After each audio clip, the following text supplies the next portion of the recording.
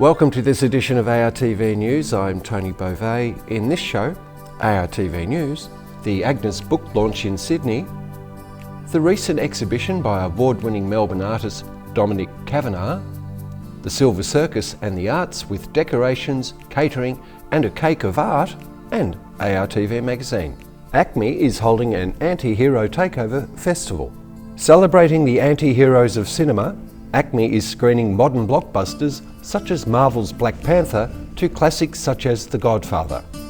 Celebrating heroes that break the traditional mould of a hero, ACME is also holding 2 in-person talks discussing the complexity and development of these characters, featuring award-winning screenwriters Maria Lewis and Catherine Smythe McMullen.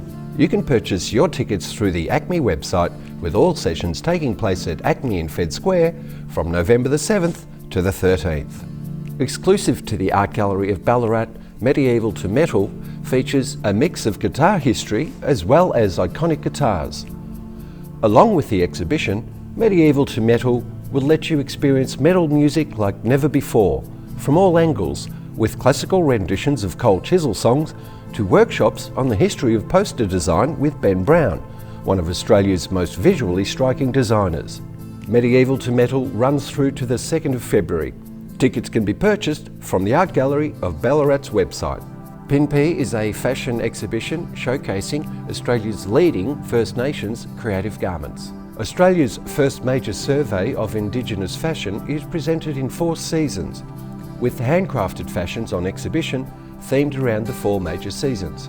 PINP features works from over 30 artists, highlighting the diversity and ever-changing landscape of Indigenous fashion. PINP runs through to the 19th of January.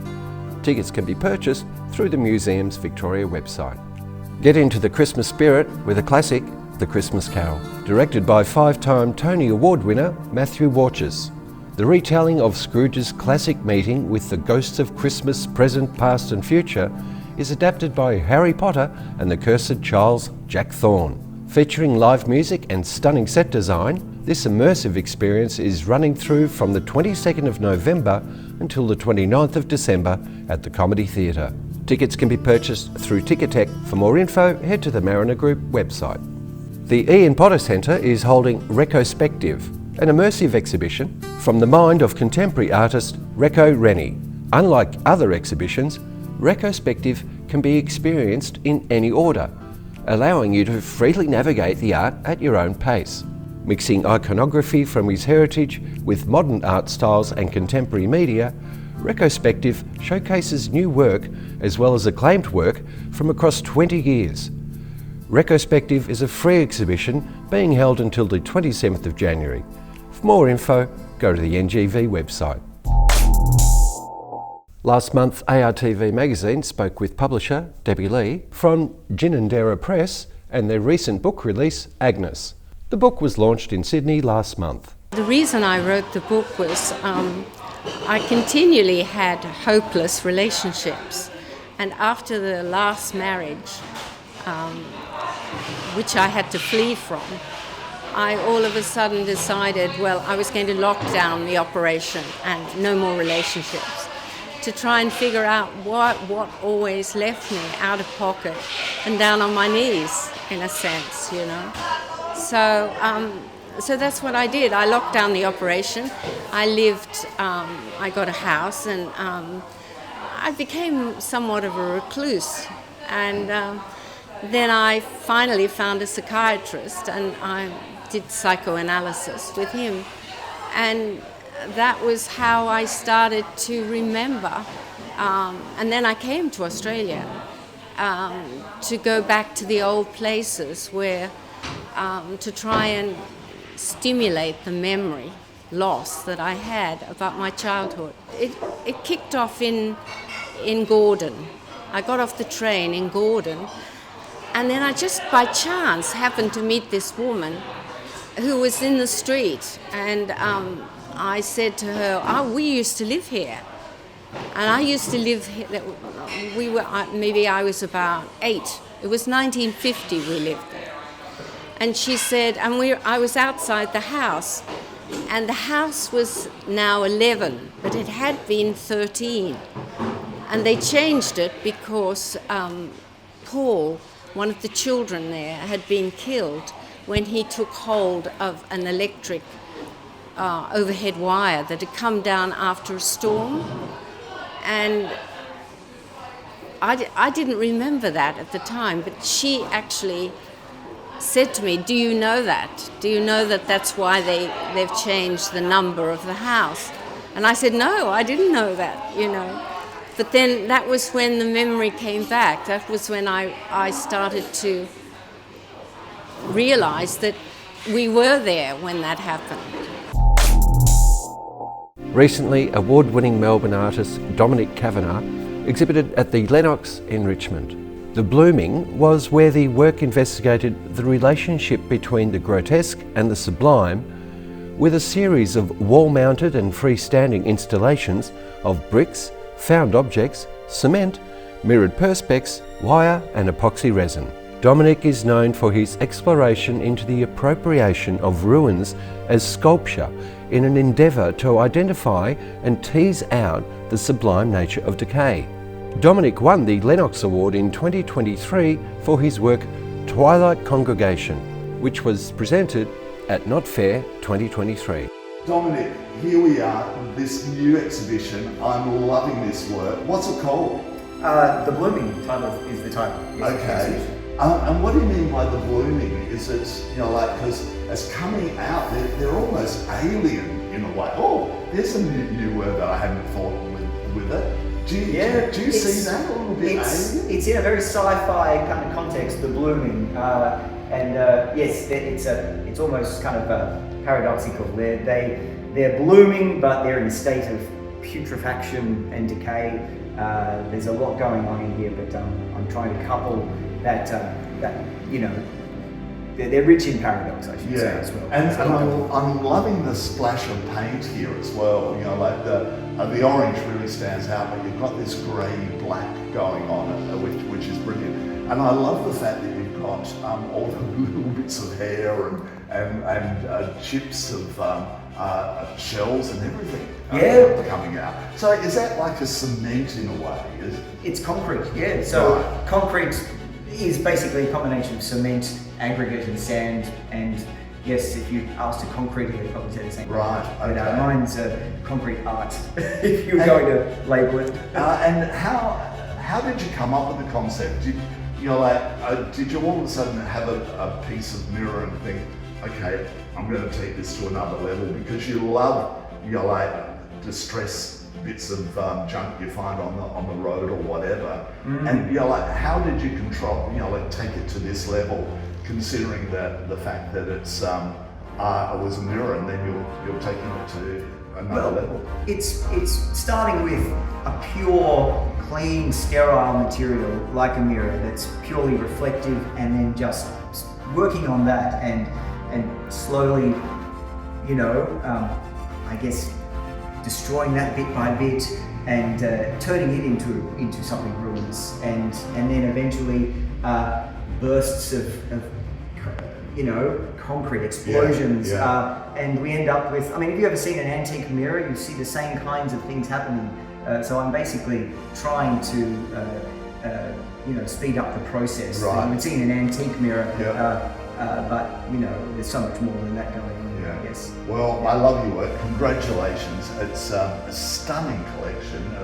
This one here in particular, it's going off. You just turn around, these are controlled, but this one's really going off, isn't it? It's fantastic. It's well and truly blossomed. Right. And what's it called again, the exhibition? The Blooming. Right, okay. And where is it, this exhibition? It's here at the Lennox, 208 Lennox Street. Right, okay. And it's on until the... It's on until the 3rd of November. Right, opening on the 24th. Right, thanks for chatting. Thank you, Dave.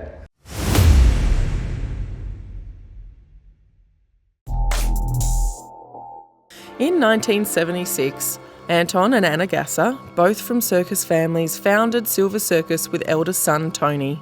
The circus now continues to prosper through their younger children, Rosita and Dominic. Following in their parents' footsteps, Rosita and Dominic have become captivating sixth-generation circus artists.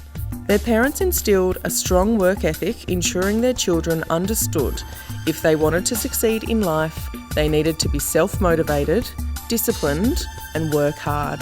Rosita and Dominic have spent countless hours of grueling training as athletes and artists to hone their performances, which are truly breathtaking. One of the directors with my mother and father, Anna and Anton Gasser, they have sort of semi-retired these days, so my sister and myself run the business, Rosita Gasser, and so apart from logistics and we also perform in the show still, so yeah, motorbikes. I have a 9 and 10-year-old son and they're learning the ropes now too, and they learn it firsthand. In the meantime, they're busy going to school and yeah. Silvers was voted one of the best top 10 circuses in the world, incorporating the cutting-edge technology and employing exceptional artists from all over the world. The circus travels to several states in Australia, bringing their enthralling show to entertain families far and wide. Out in the country, it's just rewarding bringing the show to the country folk, especially one like this, so it's more of a theatre and it's not your traditional circus with all the animals and the sawdust. We've got hundreds of thousands of dollars worth of lighting and sound. It's all raised staging, so the public really get a world-class show, and we travel it out to the middle of nowhere, so that's a rewarding feeling too. But yeah. Silvers ventured into hosting a private function for the first time in recent years by celebrating a 30th surprise birthday party for Joel. We're hosting a birthday celebration, which is lovely, and we like doing that kind of thing. It's like a little mini corporate where we offer some wonderful entertainment, and we also do every now and then Christmas specials. Like we were involved with Santa's Magical Kingdom, if you've heard of that. It's wonderful, won all kinds of awards. Yes, and it's an interactive Christmas experience for the whole family. It's absolutely wonderful. And Silver's actually put that on in partnership with their son. Some of the entertainment experiences audience enjoy include extraordinary roller skating duo stellare. The Phoenix Riders defy gravity and sanity in the steel ball that Silvers call the Globe of Death. The ethereal Amanda, transported from another dimension, twists and folds as she displays her athletic strength on the aerial hoop. Events can include external suppliers such as party hire, caterers and cake artists. Sophia Family Restaurant Burwood catered for this special occasion with Italian food that is both elegantly presented and high quality. Sophia Burwood is well known for its artistic menus, which includes traditional Italian pasta and pizza. Sophia has been serving the community for years. It's been in the market for about 50 years. Sophia Burwood has been there for 20 years. Running a family business, it means we put our heart into everything, and that reflects in the service we provide. We tend to have good relationships with our customers over the years. This is the main highlight. And some people, they come back, they bring their families, they bring their friends, and they share special moments with us, which is incredibly fulfilling. We do cater for different cuisines. Sometimes we get people asking us to do catering for them for different, like Lebanese. Given we're Lebanese, we do cater for that. I really enjoyed that night, and it was a great experience. After that night, she made me rethink about the whole catering experience, and I'm working now into really expanding that. Lombard are the party experts and stock thousands of party supplies, themed costumes and novelties, including Halloween, tableware, balloons, packaging and decorations suitable for any type of party, celebration, function or event. Alexander and Madeline Lombard, when in their 60s, established Lombard the Paper People with their youngest son Claude. Lombard the Paper People revolutionised the paper industry by pioneering new methods that led the way to become standard industry practice while introducing innovative products. Claude Lombard received an OAM for his contribution to the packaging industry. In 2010, the company established the family board made up of Claude and Suzanne Lombard, daughters Danielle, Anouk, Michelle Kevill and son-in-law Andrew Kevill, with each member managing different areas of the organisation.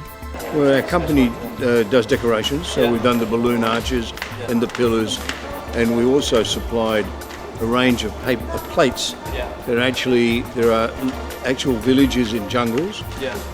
They actually go through the jungle, find the dead leaves, wash them, dry them, and press them, and that's what you get as a plate. No plastic coating, no nothing. Everyone is handmade, and we keep the village out of trouble. Froggy's journey in creating cake art began 11 years ago when he discovered his true love and talent for the craft. Over the years, Froggy honed his distinct skills and innate talent, and in 2020, with modest beginnings, he established his own small commercial kitchen.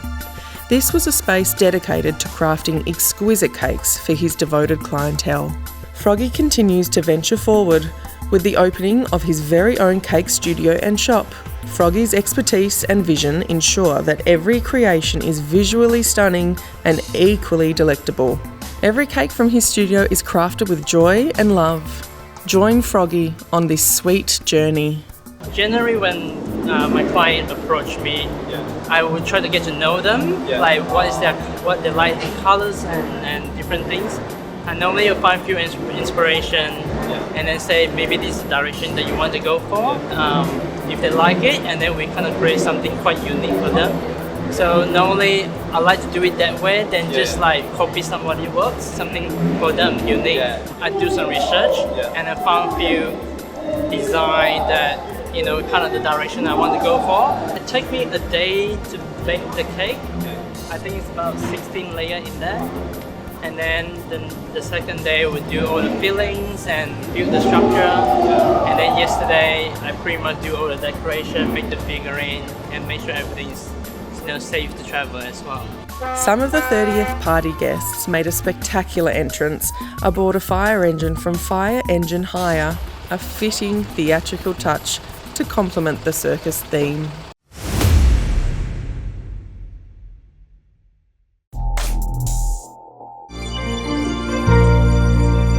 With us today is a playwright extraordinaire and a founding member of the Wolves Theatre Company, Michael Gray Griffith. Welcome, Michael. Thanks so much for joining.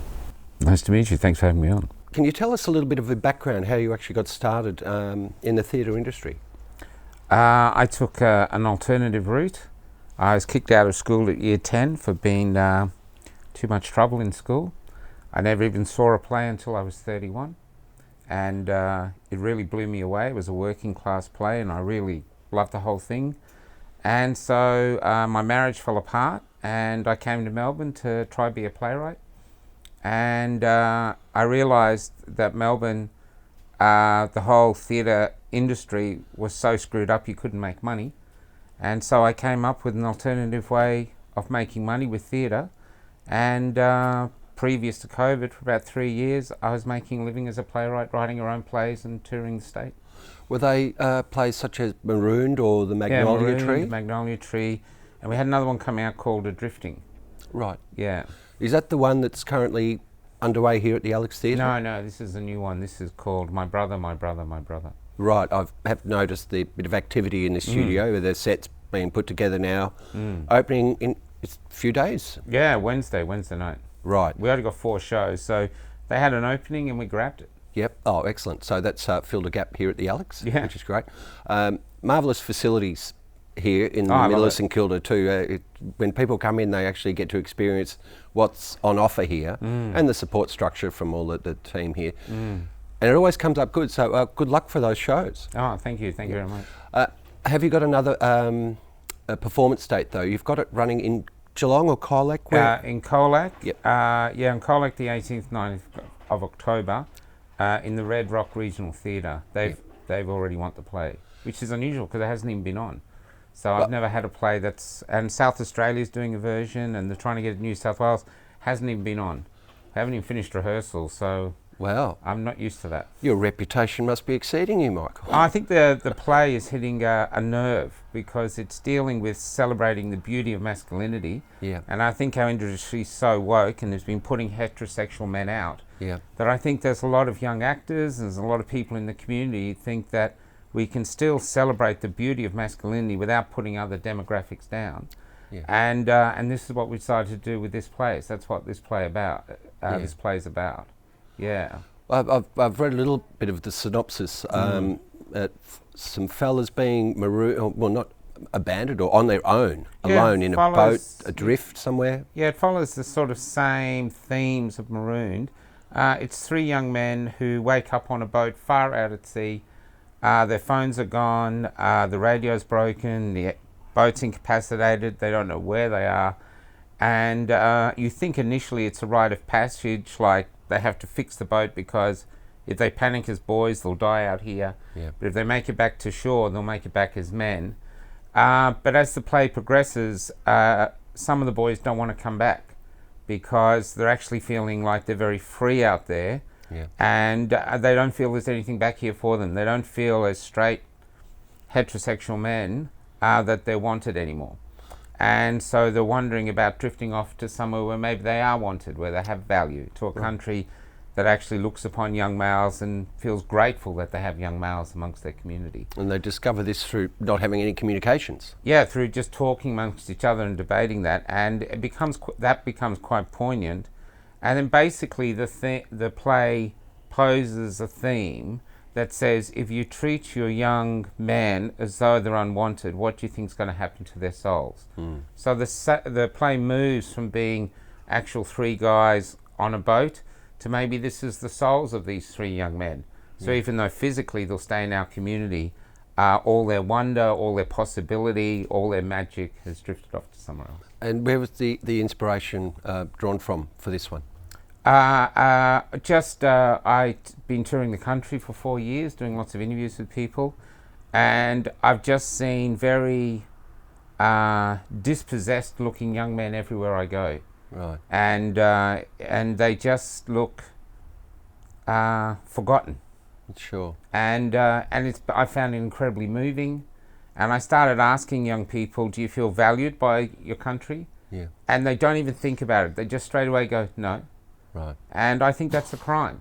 And I think art shouldn't preach, that's for a priest, but it's but we are the navigators of the human soul. So I use these three young souls to go navigating to try find out what the issue is and why we're here. Right. And and I already wrote it 2 months ago, so I can't believe I'm actually in the theatre. Yeah, that's pretty quick. Yeah, we came here with basically just the second draft, and the boys have workshopped it. Yeah. And here we are. So I've never had that happen, ever. Oh, fantastic. So it's gone from just an idea 2 months ago to actually someone's built us a boat, Mills. Yeah. And we have a boat in there, and I found the actors. We had one actor flew in from South Australia to audition. Another actor wanted to fly in from Canada after he read it. Wow. So the play itself seems to really strike a chord with these young actors, that they really want to tell this story. So it's incredibly exciting. Well, it's great to see young actors coming in at learning their craft, actually being given the opportunity to learn on pieces that are written by people such as yourself. Now, we also train students often here at as part of ARTV. So what's your advice? Any student, young playwrights, thinking about taking it on or having a go? You have to be mad crazy to want to do it. If you're absolutely mad crazy, don't care about money, don't care about a career, just absolutely love creating art, go for it. Okay. If you want to be rich, if you want to be famous, if you want it to all be easy, don't even start. Right. And if you're going to write a play, don't write the play until you've got the middle, you've got the beginning and the end. Don't worry about the middle, that'll turn up. But as long as you know what the end is, as long as you know what the beginning is, just start writing and it will appear, like an archaeologist. That's fantastic advice. Yeah, and don't go to school, don't do any of those things. Yeah. Just follow your gut instinct, your heart will give you the seeds of the idea, and just go from there. And don't listen to anybody else, just do it yourself. You're here for one time on this planet, write your own novel. Don't be taught what to do. That's what my mother used to say. Look, if you're not sure, have a go, but just follow your instinct. Yeah. And often, times when you don't, that's when things go wrong. Well, that's art. Art is following this instinct. That's what it is. Yeah. You know. Thank you so much for your time, Michael. No Goodbye. worries. That's it for this show. If you'd like to let us know about any live event coming up within the inner Melbourne region within the next month, just shoot us an email at info@artv.com.au. Thanks for tuning in. We'll see you next time.